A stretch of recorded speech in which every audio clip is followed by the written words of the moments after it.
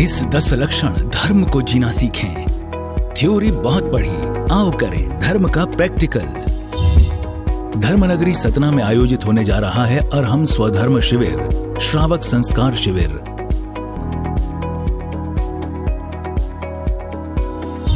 संत शिरोमणि आचार्य श्री 108 विद्यासागर जी महाराज के परम प्रभावक शिष्य, अरहम ध्यान योग प्रणेता मुनि श्री 108 प्रणम्य सागर जी महाराज एवं परम पूज्य मुनि श्री चंद्र सागर जी महाराज सत्संग के पावन सानिध्य में पूजन, अभिषेक, विधान, स्वाध्याय करने के साथ साथ इस पर्युषण सीखें ध्यान साधना के माध्यम से धर्म को जीना। ऑफलाइन शिविर गुरु सानिध्य में सतना में और स्टूडेंट्स, प्रोफेशनल्स और बाहर रहने वाले श्रावकों के लिए अपने समयानुसार ऑनलाइन शिविर में भाग लेने का भी अवसर। लिमिटेड सीट्स, तुरंत रजिस्टर करें। संपर्क 9289803342।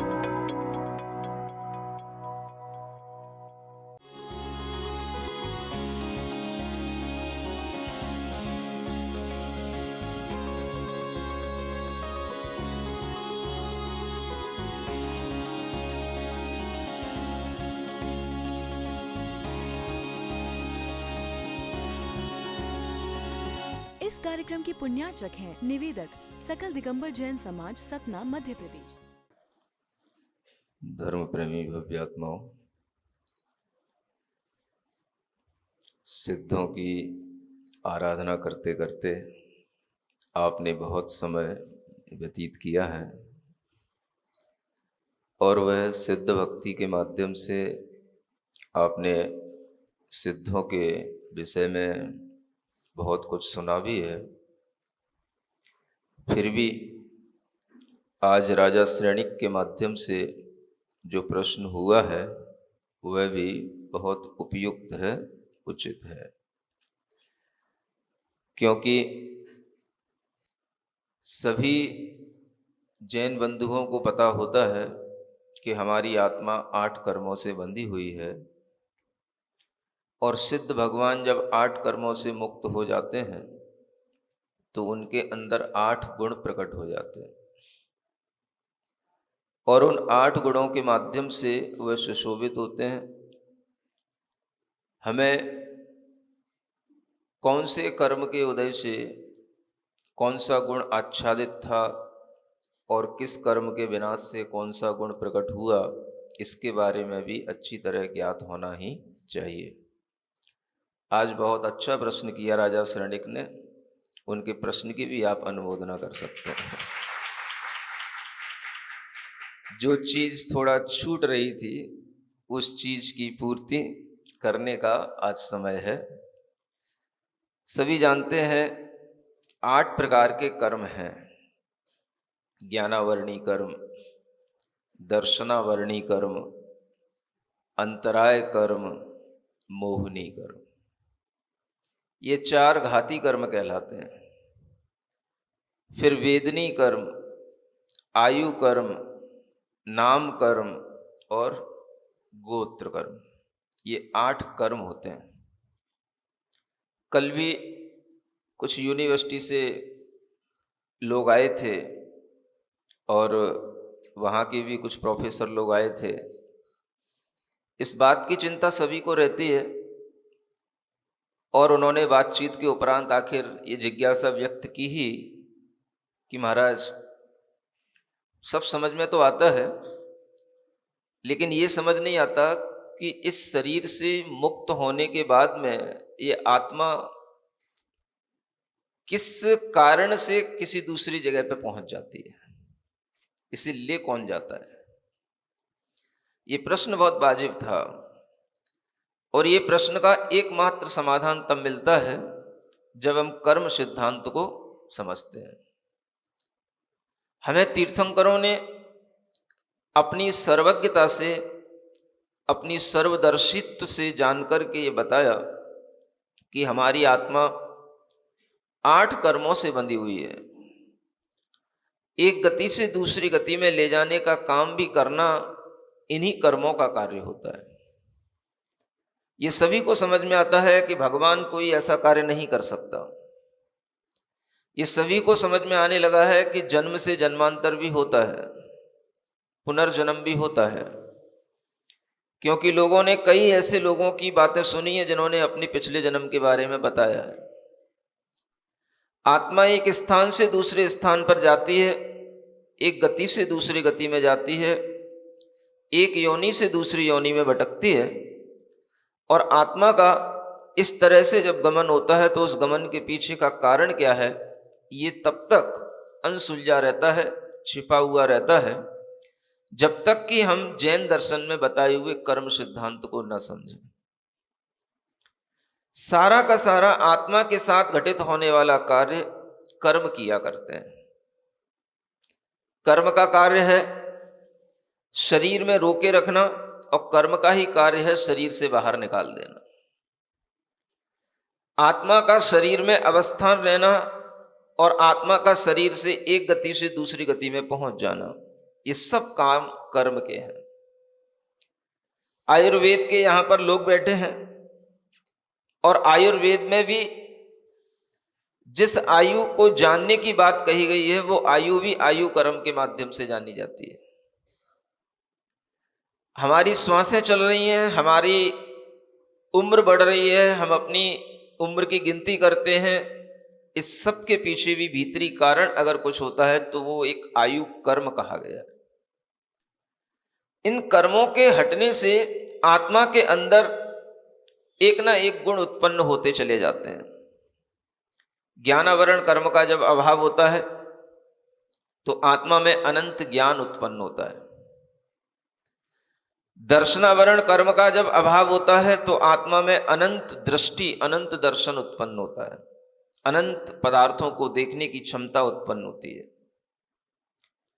अंतराय कर्म का जब अभाव होता है तो आत्मा में अनंत शक्ति उत्पन्न होती है। मोहिनी कर्म का अभाव होता है तो आत्मा में अपने समीचीन परिणमन की शक्ति उत्पन्न हो जाती है, जो अनंत काल तक बनी रहेगी, जिसे क्षायिक सम्यक तो कहा जाता है। उसी में लीन रहना, आत्मा में लीन रहना, ये भी उसी मोहिनी कर्म के अभाव से उत्पन्न होता है, जिसे क्षायिक चारित्र कहा जाता है।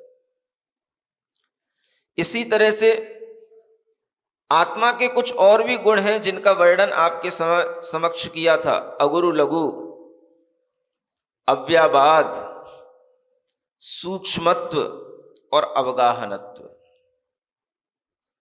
ये गुण भी आत्मा के इन चार अघातीय कर्मों के अभाव से प्रकट होते हैं। ये उस समय पर आपको बताया था, हो सकता है कि राजा सैनिक उस समय पर उपस्थित न हुए हों।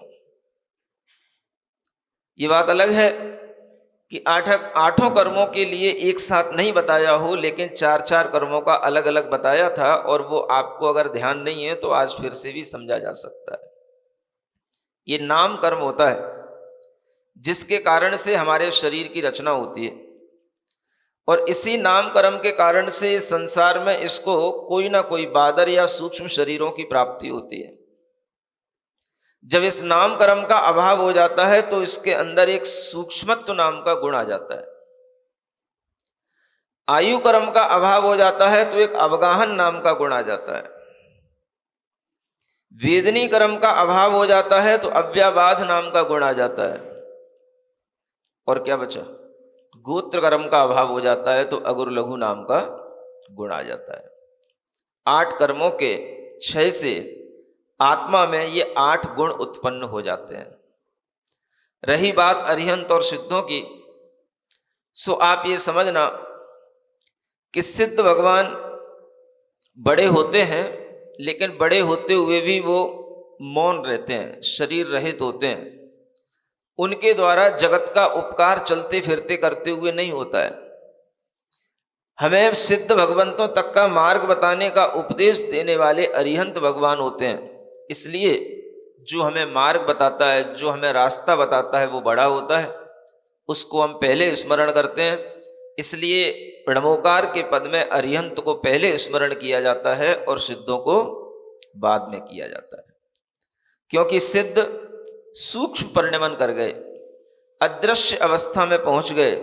जो दृश्य हैं, जिनसे हमारे अंदर बहुत कुछ परिवर्तन होना है, जिनकी दिव्य देशना से धर्म तीर्थ का प्रवर्तन होता है, ये सबसे बड़ा उपकार होता है जो वीर शासन जयंती से आज तक आपके समक्ष चलता चला आ रहा है। ये आचार्य कुंद की जो प्राकृत में सिद्ध भक्ति है, उसके अंत में आने वाली गाथा का यह संस्कृत का छायांकन है। कृत्वा कायोत्सर्गम, अंत में कहते हैं कायोत्सर्ग को करके चतुरष्ट दोष विरहितम परिशुद्धम, यानी 32 दोषों से रहित शुद्ध होकर के हे भगवान हमने कायोत्सर्ग करके आपकी सिद्ध भक्ति की है। आज आप लोगों के लिए एक नई बात और जानने योग्य है जो इस भक्ति के अंत में बताई जा रही है। एक शब्द आता है कायोत्सर्ग। आप लोगों ने सुना है कभी? आयुर्वेद के कुछ चिकित्सक संग बैठे हैं, कभी सुना है? कायोत्सर्ग एक शब्द होता है और ये अपने आप में एक बहुत बड़ी विधि है, ध्यान की एक पद्धति है, योग की एक प्रयास है, जिसके माध्यम से हम अपने अंदर पल पल पर अपने आप को मेंटल स्ट्रेस से अपने आप को दूर रख सकते हैं। एक विधि है, बहुत अच्छी विधि है। कायोत्सर्ग यानी काय का उत्सर्ग करना। जब भी कोई धार्मिक कार्य प्रारंभ किया जाता है, धार्मिक कार्य का समापन किया जाता है, आपसे कहा जाता है एक कायोत्सर्ग कीजिए। अक्सर आपके कान में एक आवाज पहुंचती होगी और आप उस समय पर बहुत जल्दी जल्दी 9 बार नमोकार मंत्र पढ़ने की कोशिश करते हैं। कोई तो 9 बार पढ़ भी नहीं पाते हैं और सवाल चलने लग जाती है। कायोत्सर्ग का मतलब आचार्यों ने कहा कि ये एक बहुत बड़ा तप है। किन्हीं आचार्यों ने इसको बाह्य तप में कहा, किन्हीं आचार्यों ने इसको अंतरंग तप में भी लिया। और कायोत्सर्ग की विधि को सर्वश्रेष्ठ विधि बताया अपनी आत्मा को शुद्ध करने के लिए। आयुर्वेद जहां हमें शरीर शुद्धि की बात कहता है, वहीं पर जैन आचार्य हमेशा अपने उस अध्यात्म विज्ञान के माध्यम से आत्मशुद्धि की बात कहते हैं। अगर आयुर्वेद में इस कायोत्सर्ग को जोड़ लिया जाए तो व्यक्ति के समूचे विकास की एक बहुत बड़ी रूपरेखा तैयार हो सकती है।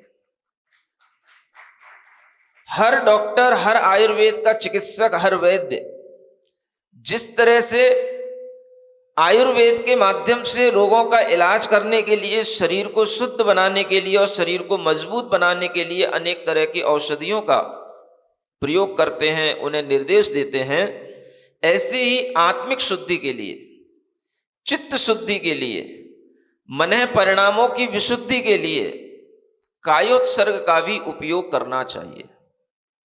और आजकल तो डॉक्टर भी प्रेस्क्राइब करने लगे हैं। जिसे कोई मेंटल डिजीज होती है उसे मेडिटेशन भी बताना पड़ता है। उनके लिए कोई ना कोई ऐसी आध्यात्मिक चिकित्सा भी बतानी पड़ती है जिसके कारण से उनका ब्रेन अच्छे से काम करे, उनके माइंड में रिलैक्स हो और उनके अंदर जो परिणाम है वो शुद्ध बने, वो अपने विचारों से परेशान ना हो। और इसकी बहुत अच्छी विधि है कायोत्सर्ग की विधि। तो आचार्य कहते हैं कि जब हमने सिद्ध भक्ति प्रारंभ की तब हमने कायोत्सर्ग किया था, आपने भले ही ना किया हो। जब भी मुनि महाराज, कोई भी साधुगण कोई भी भक्ति पाठ करते हैं तो एक कायोत्सर्ग करते हैं। कायोत्सर्ग करने की विधियां जो बताई गई हैं, उन विधियों में कायोत्सर्ग कब करना चाहिए, ये भी एक बहुत अच्छी बात है जो आपके ज्ञान में रहना चाहिए। वैसे तो प्रतिक्रमण में कायोत्सर्ग की प्रमुखता रहती है। दैवशिक प्रतिक्रमण होते हैं, रात्रिक प्रतिक्रमण होते हैं, पाक्षिक प्रतिक्रमण होते हैं और फिर चातुर्मासिक होते हैं और सांवत्सरिक माने वार्षिक प्रतिक्रमण होते हैं। ये 5 प्रकार के प्रतिक्रमण होते हैं जिनमें कायोत्सर्ग बढ़ता चला जाता है। दैवशिक प्रतिक्रमण में कायोत्सर्ग में 108 श्वासोच्छ्वासों के माध्यम से अपने दोषों की शुद्धि की जाती है। कायोत्सर्ग में श्वासोच्छ्वास की मुख्यता है। जब हम दैवशिक प्रतिक्रमण के लिए कायोत्सर्ग करते हैं तो उसमें 108 श्वासोच्छ्वास गिनना होती हैं। जब हम रात्रिक प्रतिक्रमण का कायोत्सर्ग करते हैं तो उसमें 108 का आधा 54 श्वासोच्छ्वास गिननी होती हैं। जब हम पाक्षिक प्रतिक्रमण करते हैं तो उसमें 300 श्वासोच्छ्वास गिननी होती हैं। जब हम चातुर्मासिक प्रतिक्रमण करते हैं तो उसमें 400 श्वासोच्छ्वास गिन करके आत्मशुद्धि की जाती है।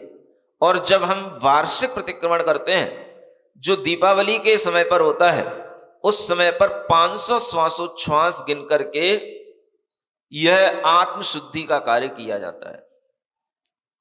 तो कायोत्सर्ग का मतलब क्या हुआ? श्वासोच्छ्वास पर ध्यान देना, श्वासोच्छ्वास को गिनना। एक श्वास जो हम लेते हैं और जो छोड़ते हैं उसको सहजता से गिनना, ना हमें लेने का प्रयास करना, ना हमें छोड़ने का प्रयास करना। जो श्वास सहज चल रही है उसको सिर्फ अपनी नाक की छिद्रों पर ध्यान देते हुए उसे सिर्फ गिनना। इसको क्या कहा गया? इसको कायोत्सर्ग कहा गया। उस कायोत्सर्ग में हम और क्या कर सकते हैं? तो आचार्य ने कहा, जिण गुण चिंतन रत्तो कायुत्सर्गो तण विसर्गो। कहते हैं कायोत्सर्ग में क्या होता है? अगर आपके लिए अभ्यास बन जाए श्वासोच्छ्वास को गिनने का, श्वासोच्छ्वास पे टिकने का, तो उसके साथ साथ आप जिनेंद्र भगवान के गुणों का चिंतन भी कर सकते हैं। कौन से गुणों का चिंतन करोगे? चाहे भगवान के 34 अतिशयों का चिंतन करो, चाहे अष्ट प्रातिहार्यों का चिंतन करो, चाहे सिद्धों के 8 गुणों का चिंतन करो। ये चिंतन करते हुए भी आप कायोत्सर्ग कर सकते हैं। जो कायोत्सर्ग आप भगवान की भक्ति के लिए कर रहे हैं उसमें भगवान के गुणों का चिंतन करना, और जो कायोत्सर्ग आप किसी क्रिया से उत्पन्न हुई दोष की शुद्धि के लिए कर रहे हैं तो उस क्रिया का चिंतन करना। जैसे एक ईर्यापथ प्रतिक्रमण होता है, ईर्यापथ भक्ति होती है, माने अगर हम पैदल भी चल करके एक स्थान से दूसरे स्थान तक जाते हैं, गमन करते हैं, साधु लोग आहार के लिए घूमने निकलते हैं, घरों में जाते हैं, और उस समय पर लौट करके जब अपनी वसतिका में वापस आते हैं तो उसके लिए भी उन्हें प्रतिक्रमण करना होता है। सुन रहे हो घूमने फिरने वाले लोगों, कोई सी भी गाड़ी का कोई सी भी गियर दबा करके कितनी भी स्पीड से आगे निकल जाते हो, सोचो कि तुम्हारे आदर्श जो साधु हैं उनके लिए कितनी कंडीशन है, वो अपनी आत्मशुद्धि के लिए कितने प्रयास करते हैं, और आपको शायद पता भी नहीं होता है कि इन प्रयासों के साथ जीने वाले हमारे साधु हैं, इसलिए आपको कभी इस तरह की विधियां भी ज्ञात नहीं हो पाती। ईर्यापथ प्रतिक्रमण कहा गया इसको। ईर्यापथ माने चलना, गमन करना। गमन करने के बाद में भी आप अगर आए हैं तो उसके लिए भी एक कायोत्सर्ग कीजिए। उस कायोत्सर्ग में आचार्य कहते हैं मात्र 25 श्वासोच्छ्वास से आपका कार्य चल जाएगा। एक गांव से दूसरे गांव जाते हैं, उसमें भी एक कायोत्सर्ग करने को कहा गया। कभी नदी पार करते हैं, उसमें भी कायोत्सर्ग करने को कहा गया। कभी धूली को लेकर के सड़क पर आते हैं, माने धूली लगे हुए पैर होते हैं मिट्टी में, और फिर सड़क पर आना होता है, कच्ची से पक्की सड़क पर, उसमें भी कायोत्सर्ग होता है। भोजन से पहले कायोत्सर्ग होता है, भोजन के बाद में भी कायोत्सर्ग करना। मल मूत्र का विसर्जन करने के उपरांत भी एक कायोत्सर्ग करना, क्योंकि वो भी एक दोष की क्रिया होती है, उसमें भी जीवों की हिंसा होती है। मात्र 25 श्वासोच्छ्वास गिन करके अपने उस दोष की शुद्धि कर लेना।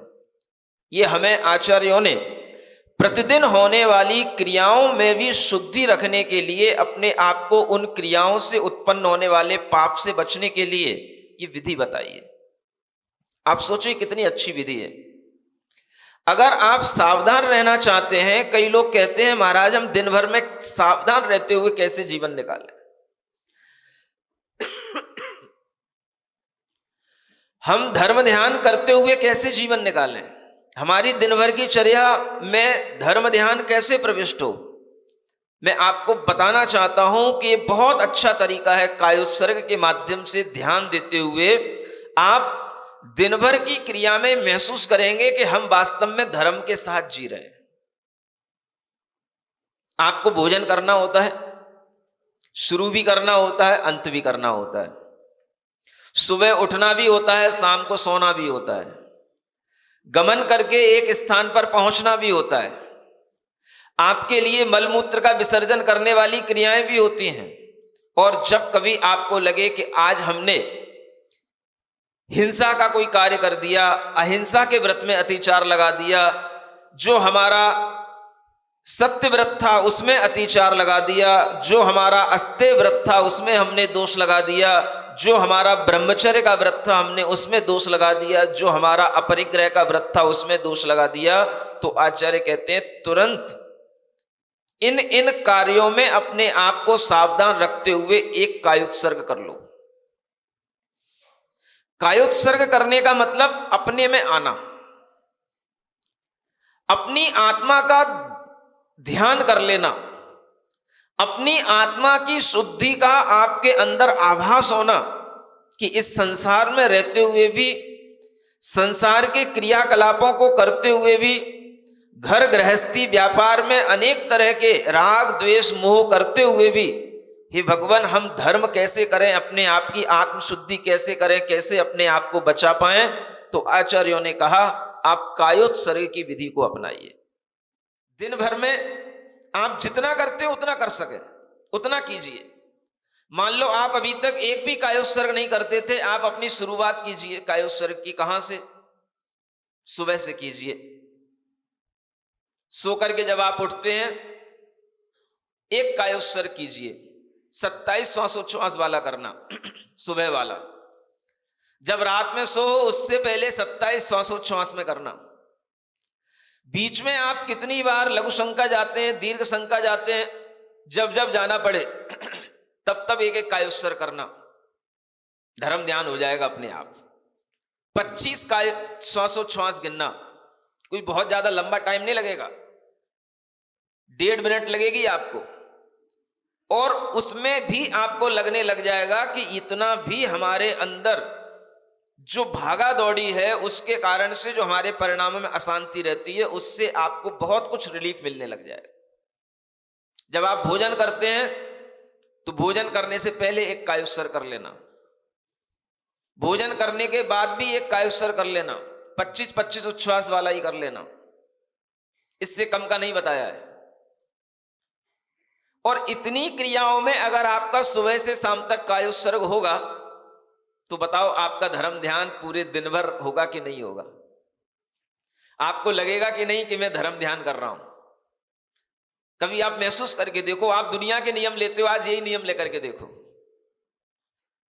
पूजा आपने बहुत की, स्वाध्याय आप बहुत करते हो, कभी आप ये नियम लेकर के देखो कि आज मैं दिन भर में 6 कायोत्सर्ग करूंगा, 4 करूंगा, 2 ही करूंगा। शुरुआत तो करो। क्या करना पड़ता है उसमें? कुछ नहीं करना पड़ता है, सिर्फ आपको स्थिरता से या तो बैठ जाना है या खड़े हो जाना है। 2 ही तरह से आपको पोजीशन रखना है। स्थिरता से बैठ करके भी कायोत्सर्ग होता है, खड़े होकर के भी कायोत्सर्ग होता है। आचार्यों ने कायोत्सर्ग के 4 भेद बताए। एक कहा जिसमें हम खड़े हुए हों उसे कहते हैं उत्थित कायोत्सर्ग, और जिसमें हम बैठे हुए हों उसको कहते हैं उपविष्ट कायोत्सर्ग। और इसी के भीतरी परिणामों के अनुसार कॉम्बिनेशन बनाए। कई बार ऐसा होता है, मान लो हम खड़े तो हैं लेकिन भावों से खड़े हुए नहीं हैं। भावों से हम कुछ और सोच रहे हैं, घर गृहस्थी की चिंता में पड़े हुए हैं, आर्त ध्यान रौद्र ध्यान में लगे हुए हैं, किसी भी तरह के इष्ट वियोग का अनिष्ट संयोग का चिंतन कर रहे हैं। हमारे परिणामों में जो अपने ध्येय के प्रति भाव होना चाहिए वो नहीं है। तो आचार्यों ने कहा आप बाहर से तो खड़े हो लेकिन भीतर से बैठे हो, तो इसे कहा जाएगा उत्थित उपविष्ट कायोत्सर्ग।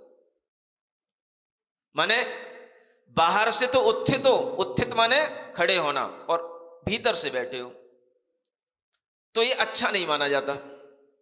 चार में दो अच्छे हैं, दो बुरे हैं, दो प्रशस्त हैं, दो अप्रशस्त हैं। तो उत्थित होकर के उपविष्ट नहीं होना, तो क्या होना? उत्थित उत्थित कायोत्सर्ग होना। उत्थित उत्थित का मतलब आप शरीर से भी खड़े हो तो भावों से भी उठे हुए हो, भावों से भी खड़े हुए हो। आपके दिमाग में किसी भी तरह के संसार की वैमनस्यताओं का कोई चिंतन नहीं होना चाहिए, स्वस्थ चिंतन होना चाहिए। या तो परमात्मा के गुणों का या फिर अपनी आत्मा के गुणों का स्वस्थ चिंतन में हो, या जिस क्रिया के लिए आप कायोत्सर्ग कर रहे हो उस क्रिया का ध्यान रखना। हे भगवान, मैंने यहां से लेकर यहां तक गमन किया, इस गमन की क्रिया में जो दोष लगे मेरे इस कायोत्सर्ग से शुद्ध हो जाएं। मैं भोजन करना प्रारंभ कर रहा हूं, हे भगवान, मेरे भोजन में कहीं मेरी गृद्धता से, मेरी आसक्ति से, राग द्वेष के परिणामों से, मेरे भोजन के कारण से मेरी आत्मा दूषित ना हो जाए। सावधान होने के लिए कायोत्सर्ग किया जाता है। फिर भी भोजन करने के उपरांत भोजन हो गया, मेरे अंदर किसी भी तरह से भोजन के प्रति कोई भी करने में दोष लगा हो, अशुद्ध भोजन हो गया हो, किसी भी तरह की रागात्मक आसक्ति के कारण से, भोजन की गृद्धता के कारण से मेरे कर्मबंध ज्यादा हुए हो, भोजन करने में भी मायाचारी हो जाती है, मायाचारी के साथ भोजन हो गया हो, उन दोषों का इस प्रायश्चित करने के लिए फिर से कायोत्सर्ग कर लिया जाता है। ये कायोत्सर्ग की विधियां आप चाहे बैठ करके कर लो, चाहे खड़े होकर के कर लो। इसलिए अगर खड़े होकर के करना है तो उत्थित उत्थित ये सर्वश्रेष्ठ कायोत्सर्ग कहलाता है। आप द्रव्य से भी खड़े हो, शरीर से भी खड़े हो और भावों से भी खड़े हुए हो, ये प्रशस्त माना गया। फिर तीसरा, आप बैठे हो उपविष्ट, ये भी कायोत्सर्ग है, लेकिन आप भीतर से भी बैठे हो। बैठ तो गए हो लेकिन आपका भीतर से मन न सामायिक में है, न भगवान के चिंतन में है, न श्रुत के ज्ञान में है, न अपने आत्म ध्यान में है, न अपने दोषों के निवारण करने के लिए है। तो वो कहलाएगा उपविष्ट। उपविष्ट नाम का कायोत्सर्ग ये अप्रशस्त माना गया। लेकिन उपविष्ट उत्थित ये प्रशस्त माना गया। आप बैठकर के भी खड़े हुए हो भावों से, आपके भाव विशुद्ध हैं, तो इसको कहा गया उपविष्ट उत्थित नाम का कायोत्सर्ग। तो ये चार प्रकार के कायोत्सर्ग की विधि हुई। इनमें दो प्रशस्त हैं, दो अप्रशस्त हैं। आप ध्यान रखें, जब भी हम कायोत्सर्ग करें हमारे भावों में सांसारिक विषय वासनाओं के कोई चिंतन नहीं होने चाहिए। इन शॉर्ट में आप इतना समझ सकते हो। यानी आपको बाहरी विषय वासनाओं की बातें छोड़ करके, बाहरी क्लेश कलह इन सब बातों को छोड़ करके अपनी श्वास पर ध्यान देते हुए, अपनी आत्मा पर ध्यान देते हुए, जो भी आपने आत्मा या परमात्मा के बारे में सुन रखा है, आप उनके उस ओर अपना दिमाग ले जाते हुए अगर आप अपनी श्वासोच्छ्वास को गिनते हैं तो ये कायोत्सर्ग बहुत श्रेष्ठ विधि है, जिससे आत्मा के दोषों का प्रक्षालन होता है। शरीर के दोष तो औषधि से निकल जाते हैं, लेकिन आत्मा के दोष किससे निकलेंगे? तो कायोत्सर्ग से निकलेंगे। आमूल चूल हमें अपने शरीर के अंदर जो संधियां होती हैं वो संधियां विघटित होने लगती हैं। अगर आप कभी 5 मिनट भी स्थिरता से खड़े होने का अभ्यास कर लो तो आपको समझ में आ जाएगा। आप दुकान पर सुबह से शाम तक खड़े हो सकते हो, लेकिन जैसे बाहुबली भगवान खड़े हैं वैसे आप 5 मिनट खड़े होगे पसीना आ जाएगा आपको। न हिलना न डुलना। उस कायोत्सर्ग में किसी भी तरह से अपनी चेष्टाएं मन वचन काया की दुष्ट नहीं बनाना। और उस कायोत्सर्ग में अगर आप 27 श्वासोच्छ्वास को गिनते हो तो आपको लगने लगेगा कि कितनी देर हो गई, कितना समय निकल गया। और उस समय पर जो आपको एक अच्छा भीतर से खालीपन लगेगा, ये आपका भीतर का सुकून होगा। आपको अगर अपने मन को खाली बनाना है, शरीर को भी मजबूत बनाने के लिए आचार्यों ने कहा है, जब हम कायोत्सर्ग करते हैं तो शरीर स्थिर हो जाता है और संधियां भीतर से मजबूत होने लग जाती है, विघटित चय उपचय की प्रक्रिया उसमें जटिल होने लग जाती है। शरीर की मजबूती आती है कायोत्सर्ग से, और कायोत्सर्ग करने वाला व्यक्ति अपने ऊपर आए हुए तरह तरह के उपद्रवों को, उपसर्गों को सहन कर सकता, इतनी क्षमता उसमें आ जाती है। आपने सुना होगा, जब भी कभी मुनि महाराजों पर या श्रावकों पर किसी भी तरह के उपसर्ग हुए, वो कायोत्सर्ग में खड़े हो गए। सुना है ना? चाहे सेठ सुदर्शन जी हो, चाहे वो श्रुत सागर मुनि महाराज हो जो रक्षाबंधन की कथा में आने वाले हैं, हर किसी को आप देखोगे वो कायोत्सर्ग में खड़े हो गए। और कायोत्सर्ग में इतनी शक्ति आ जाती है कि कोई व्यक्ति आपके ऊपर कितना ही बड़ा आक्रमण करे, वो पीछे हटके चला जाएगा, आपका कुछ नहीं बिगड़ेगा। आप कहते हो कि वो हमें परेशान करते हैं, हमें गालियां देते हैं, हमें बुरा बोलते हैं, हमें सुना नहीं जाता है। जब वो ऐसा बोले, ऐसा करें, आप घर में कायोत्सर्ग करने के लिए खड़े हो जाओ। सुन रहे हो कि नहीं? इसलिए आचार्यों ने कहा, काउसग्गो तणु विसग्गो। कायोत्सर्ग किसका नाम है? तो तनु माने शरीर का विसर्ग कर देना, माने त्याग देना। अब शरीर को हम कैसे त्यागेंगे? तो शरीर से अपना मोह नहीं जोड़ना, शरीर को अपना नहीं उस समय पर कहना, नहीं मानना ये शरीर थोड़ी देर के लिए मेरा नहीं है। कायोत्सर्ग में अपने शरीर के प्रति ममत्व का त्याग करना, मोह का त्याग हम भीतर से शरीर को ये छोड़ करके कर सकते हैं कि थोड़ी देर के लिए यह शरीर मेरा नहीं है। और जैसे जैसे आप इस तरह की भावना करेंगे, आपके शरीर के अंदर ऑक्सीजन उतनी ज्यादा पहुंचेगी जितना आप शरीर से ममत्व का त्याग करेंगे। यह बहुत बड़ी प्रक्रिया है जिसके माध्यम से बहुत बड़े बड़े उपचार किए जाते हैं। शरीर में शिथिलता लाई जाती है, शरीर के अंग अंगों को शैथिल्य करके आप उन शरीर के अंगों अंगों को रोगों से मुक्त कर सकते हैं। जब इसी विधि को लेट करके किया जाता है तो आयुर्वेद में या आसन विज्ञान में इसको शवासन के रूप में कहा जाता है। इसको योग निद्रा के रूप में लोग कराते हैं जब इसी को लेट करके किया जाता है। और जब इसको बैठ करके और खड़े होकर के किया जाता है तो ये धर्म ध्यान करने के लिए होता है, अपने दोषों से मुक्त होने के लिए होता है, अपने चित्त की शांति और मन की शुद्धि के लिए होता है। ऐसे कायोत्सर्ग के लिए आचार्यों ने कहा, कृत्वा कायोत्सर्गम चतुरष्ट दोष विरहितम परिशुद्धम। कितने दोषों से रहित होता है यह कायोत्सर्ग? आचार्य कहते हैं 32 दोषों से रहित होता है यह कायोत्सर्ग। कितने? 32। सुन रहे हो? सुनना चाहोगे 32 दोष कौन से होते हैं? समय है, सुनना भी चाहिए। कभी कभी ऐसी अच्छी चीजें ज्ञान जानकारी में रहना भी चाहिए। आचार्य कहते हैं जब हम कायोत्सर्ग करते हैं तो उस समय पर पहला दोष होता है घोटक दोष, उसको कहा। घोटक माने क्या होता है? घोड़ा होता है। जब आप खड़े हैं या बैठे हैं तो जैसे आपने देखा होगा कि घोड़ा जो होता है वो एक पैर पे भी कभी कभी खड़ा रहता है, एक पैर को हिलाता रहता है या एक पैर को झुका लेता है। तो इस तरह से अगर आप कायोत्सर्ग में खड़े हैं तो वो कायोत्सर्ग का दोष माना जाएगा। एक पैर आपका झुका हुआ है, नहीं समझे?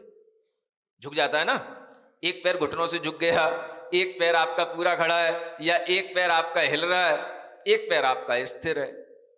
तो ऐसा नहीं करना। ये क्या कहलाता है? ये घोटक नाम का दोष कहलाता है। सिरिजिण वाणी जग कल्याणी जग जन मदतम मोहरी जनमण हारी गढ़हर हारी जम जरा भव रोग हरि तिथ्य राणम दिव्य झुणिम जो पड़ई सुणई मय्ये धारई राणम सौख मणंतम धर्य सासद मोक्ष पदम पावई सासद मोक्ष पदम पावई।